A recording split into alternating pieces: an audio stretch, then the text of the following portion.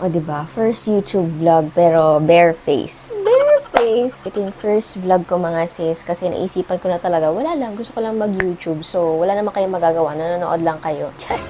So, ayan, get ready with me. Unahin ko muna yung hair ko kasi plan ko mag-curl ng hair today. So, ito lang yung ginagamit ko pang curl ng hair. Actually, pinadala to ng Hodek. Yes, Hodek yung brand nito. So, maganda naman siya mga CZ. Perfect for manipis. Pili ko kasi manipis yung hair ko. Tapos, tuwid kasi talaga siya. And, maliit lang yung curl nito. So, na-achieve yung gusto kong kulot. And then, of course, mag-heat protectant spray tayo para ma-protect talaga yung ating hair from the heat malamang. Kaya nga siya heat protectant spray, di ba? Siya is. So, make sure ko lang covered talaga lahat.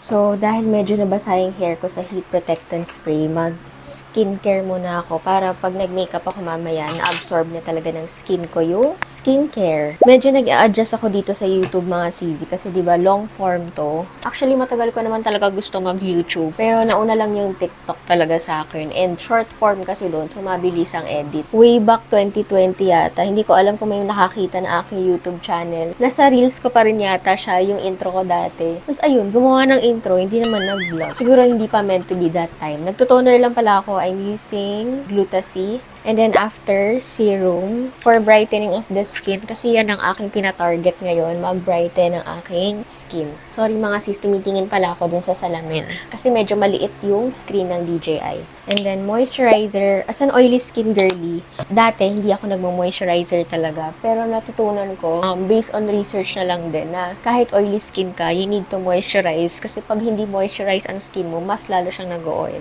Kumbaga nagko-compensate yung skin mo mag-produce ng oil.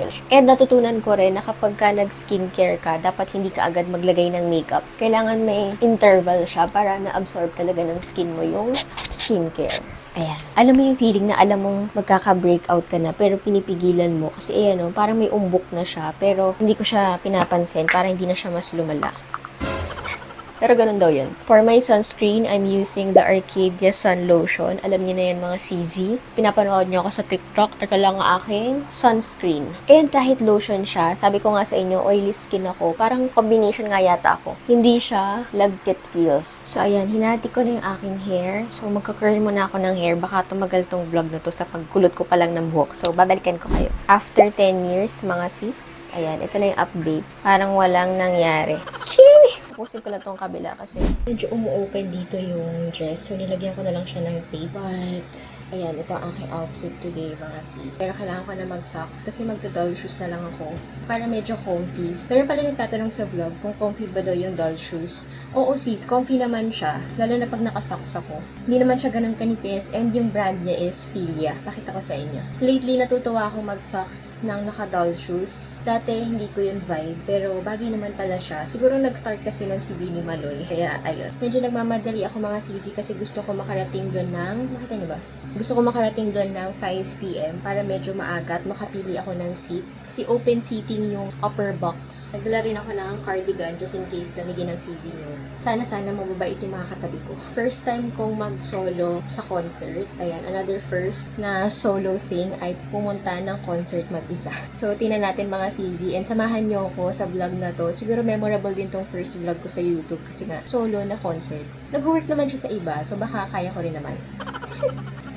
Ito pala yung doll shoes na sinasabi ko mga CZ. Ayan, Filia yung brand niya. May medyo makapal. Sorry, dumi. Medyo makapal naman yung sole niya. Tapos may onting-onting heel siya sa baba. Pag nagko-commute, kaugalian ko ng mag-face mask. So baka ngayon, mag-face mask muna ako palabas para ma-protect din yung ating makeup. Sana hindi siya matanggal. Okay na pala yung curls ko mga CZ. So, panoorin yung Get Ready With Me ko sa TikTok. Nandun yung medyo maangat pa yung curls ko. Okay pala siya pag gumaba. Hindi na ako naglagay ng spray net kasi matigas siya sa buhok. Gusto ko yung natural wavy lang siya. Ayan. Parang nag-work naman, no? Comment below. Linisan ko lang yung phone ko using Whoosh para malinis siya. And ito rin si DJI. Yan. Ito yung sinasabi ko sa inyo mga sis na naka-medyas ng doll shoes. Payong pala yung nakalimutan ko mga CZ. Pero okay na yan kasi nakabus naman ako pagbaba ko kasi MRT na.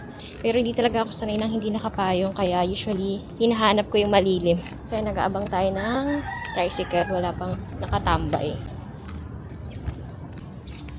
Walang trike. Naglakad na lang ako mga sis kasi wala pa ring tricycle. And ayoko naman mag-grab kasi paglabas ko, yun na yung sakayan ng mga bus. So nagsistay lang ako sa mga lilim kasi nga wala akong payo. And kailangan mabagal lang yung lakad para fresh pa rin tayo. Kailangan ko na daw mag-exercise, sabi ng universe. Charis. Usually mga 10-minute walk from bahay palabas ng subdivision.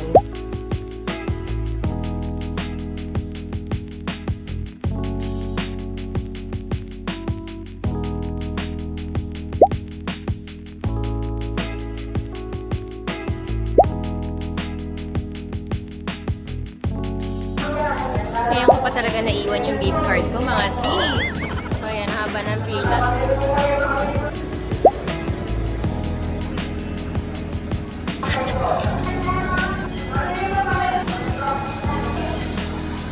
Finally, nakapasok na rin tayo, mga sis. Sana makarating ako ng gate ng mga 5:15 siguro. Tapos, kailangan ko pa mag-withdraw, kaya medyo bilisan natin. Okay pa naman yung hair. Sharp.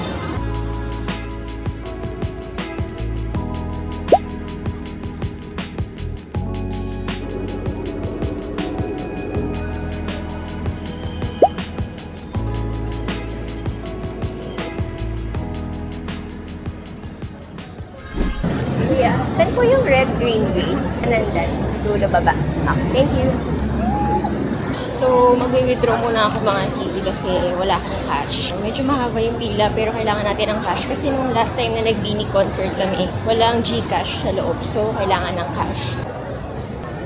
Tapos na tayo mag-withdraw and doon na lang ako sa loob pag-aayos. Punta na agad ako sa entrance para makaupo na ako. Tapos kakaibiganin ko na lang yung katabi ko na magbabantay ng gamit pag bumili ako ng pagkain. So, grabe, nagugutom na ako mga sisi pero tinitiis ko lang para makasecure na talaga at makapila na. Sana hindi ganun kahaba yung pila. Kasi yung ticket ko, upper box siya pero free seating. So, medyo Hunger Games siya mga sis. But buti na lang may upuan. Kasi last time nung Bini concert, kami, parang sa semento, ganun. We're here. Ayan, Red Gate. So, Red Gate is malapit sa Yaw Yaw and sa Pizza Hut. Ayan. Nakapila po kayo? Ina-stamp na tayo mga sis. CR muna ako kasi parang hindi ko gusto ang face.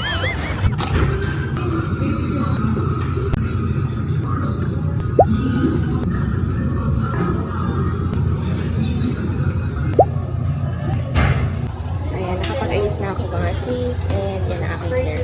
Buti na nag-stay yung aking kulot. So, carry naman. So, bibili tayo ng food. Pero Pizza Hut, may popcorn. Ayan, may Pizza Hut, popcorn. Pero parang ayoko ng pizza. Ano na lang tayo, hotdog. Finally, nakaupo tayo mga sis. Medyo maganda naman yung pwesto ko.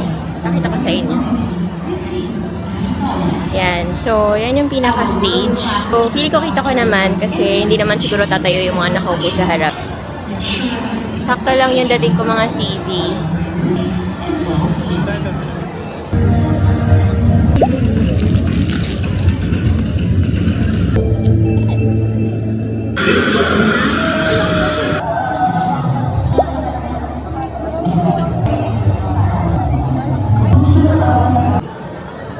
It's 7:16 mga sisi. So, nag-CR muna ako kasi for sure mamaya maihina ako. So, medyo mahaba yung pila but at least mag-CR na tayo bago mag-start yung concert. Pero pa naman ako mga 40 minutes. So, pinabantay ko muna yung seat ko dun sa tabi ko. So, para mag-start na mga sisi kasi namatay na yung ilaw. So, ipupull ko na lang to siguro mga 2 minutes before the start. Gulat ako sa mga sigaw. So, ayan, namatay na yung mga ilaw mga sis kasi 15 minutes na lang mag-start na yung concert. Excited na ako. Naiiyak na to. This first song is an original.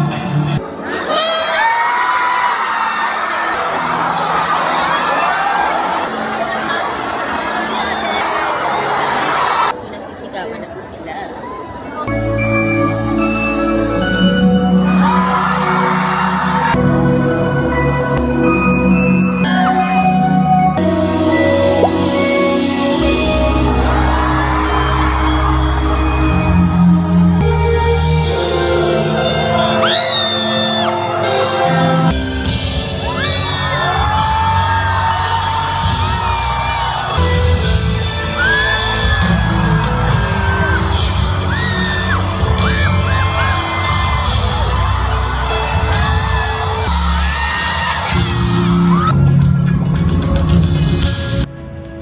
And nag-start na nga rin yung concert that time. Hindi ko na ma-share actual videos mga sisi kasi baka ma-copyright tayo.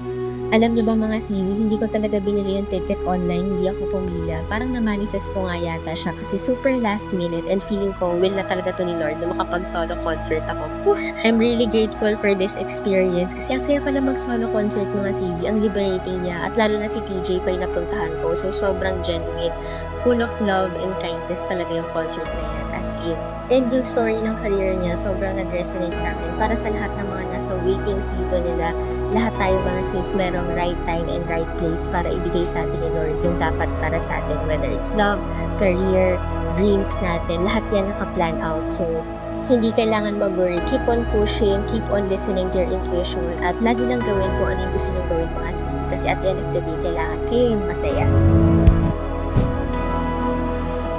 Oh my gosh! Ang ganda mga sis. Ayan, baka i-mute ko yung iba kasi baka ma-copyright tayo. Kasi sa pinaka-favorite OPM ko talaga si TJ.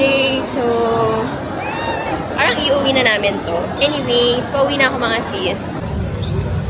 Hindi ko alam mga sisi kung saan dito yung sakayan ng carousel bus. So, nag-book na lang ako ng Grab. Wala pa ako nakukuha. Tapos, doon na lang ako sa Pasay sasakay.